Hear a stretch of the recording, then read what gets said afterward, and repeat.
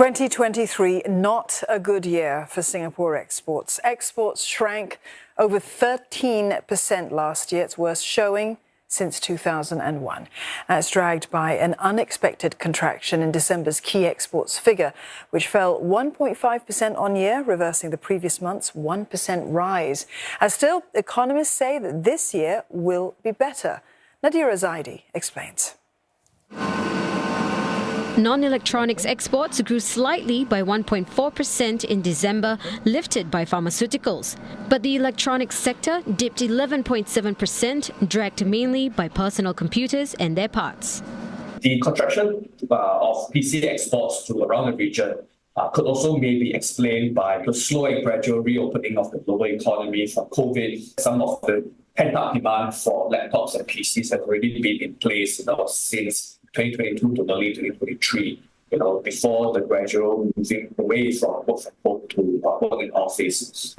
Exports to Singapore's top 10 markets declined as a whole due to falls in shipments to Taiwan, South Korea and Japan. But even then, it's not all doom and gloom. Analysts believe the tide is turning for Nodex in 2024. We are already seeing clear evidence for a bottoming of global semiconductor demand, really growth being underpinned by the continued recovery in China and ASEAN. We also believe that US rates will normalize lower in the second half of this year. Lower global rates might lead to lower borrowing and investment costs around ASEAN. A lot really depends on labour market condition, business confidence.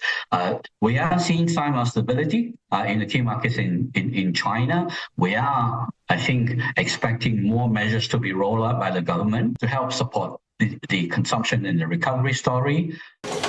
Official forecasts have put export growth at between 2 and 4% this year, but economists warn that risks like ongoing tensions in the Red Sea could dent progress. We have seen, freight rate rising sharply again, which again, if it's sustained, could see against the backdrop of fragile business and consumer confidence, could see consumer face higher costs. Then, with elevated cost of living, still hold back consumption. With total trade sliding 6.8% on year in December, it seems trade recovery won't come as smoothly in the near term.